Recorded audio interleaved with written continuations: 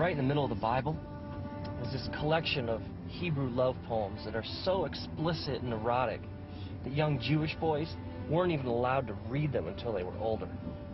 Now, Song of Songs gives us like a picture, a series of pictures of the relationship between a man and a woman. The joy, struggle, the complexity. It's almost as if the love that this couple is exploring has a life of its own. The woman says several times, she says, "Do not arouse or awaken love until it so desires."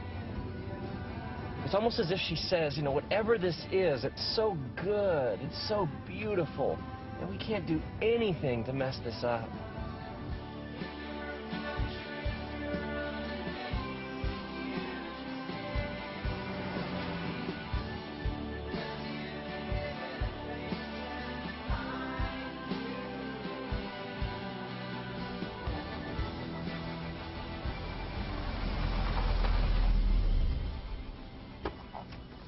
We get incredible mileage out of this tired, old English word love, don't we? I mean, we'll tell somebody that we love them, and then in the same breath, we'll talk about how much we love a new car or a certain pair of pants. I mean, I love my wife, and I also love tacos. Now, we have to keep in mind that Song of Songs was originally written in the Hebrew language, which has at least 3 different words for our English word love. The first word we find is the word raya. Raya would be translated literally as like friend or a companion, somebody you hang out with. We might even translate it as like the word soulmate. We hear people talk like this all the time. They'll say things like, you know, she's my best friend, or I could tell him anything. These are all expressions of raya. And so we see that at the core of this relationship between these lovers, there's a friendship.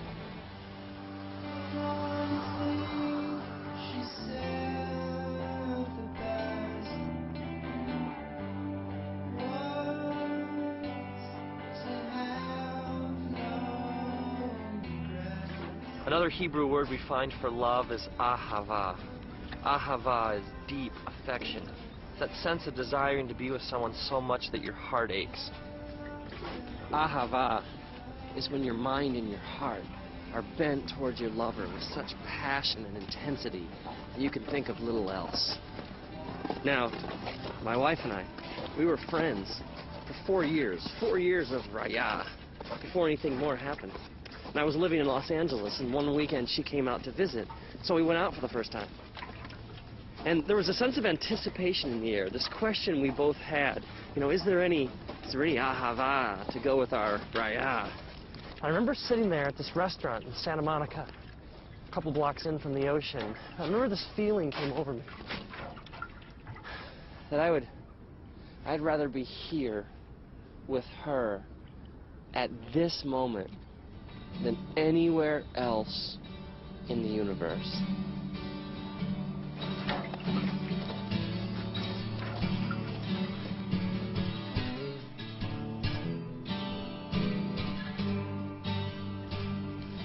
The lovers in Song of Songs declare that ahava is as strong as death, that many rivers cannot quench ahava.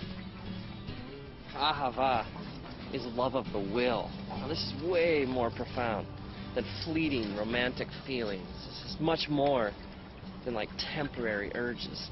Ahava is making a decision to join your life to the life of another. And this is an emotion that leads to commitment, that leads to joining your life to somebody else's. Ahava is what makes things last.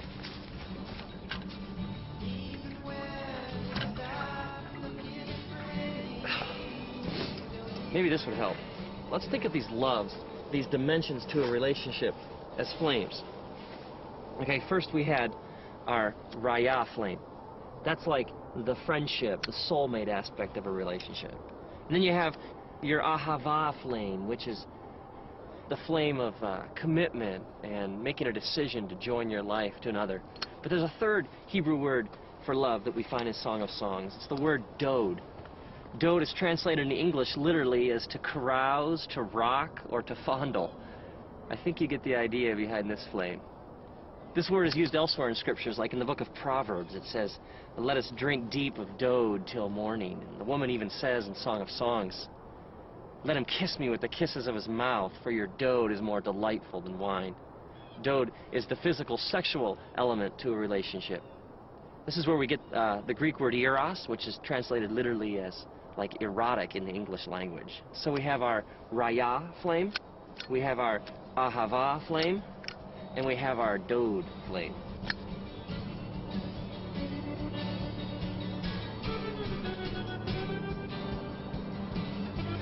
So when this man and woman come together, all these flames get combined. Now, Jesus talks about this idea of entire beings coming together. He uses the phrase one flesh to describe this connection between a man and a woman. Now, this one flesh is way more than just a physical act. I mean, it's emotions, it's hearts, it's minds, it's experiences. It's the mingling of souls. And so this coming together physically becomes a picture of a deeper spiritual reality.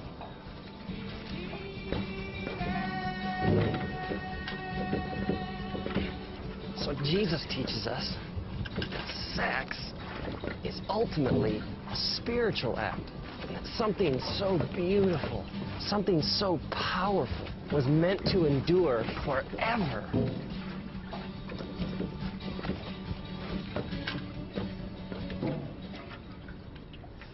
See, the one flame burning all by itself will never be as hot as all the flames burning together. I mean, we were created for all the flames to burn as one. I mean, think about all the ways that we mess this up. I mean, take an affair for an example. An affair is two people sharing the dode flame, but without any of the other flames. Without the raya or the ahava. I mean, there's no friendship, there's no commitment, there's no loyalty, no sacrifice. And I mean, there's dode, but there's no raya or ahava. It's two people trying from this one flame, the dode flame, to get all the heat of the three flames burning together. I mean, no wonder it leaves a person empty and unfulfilled. We were created for so much more. And so the person keeps coming back to this one flame over and over again, and yet it never truly satisfies. It can't. Or how about the couple who have been married for years and they're still together? There's still some commitment. I mean, there's still some ahava, but let's be honest, there's not much else. There's no friendship. There's no sex. And they neglect the flames, and eventually they flicker, and they fade, and they go out.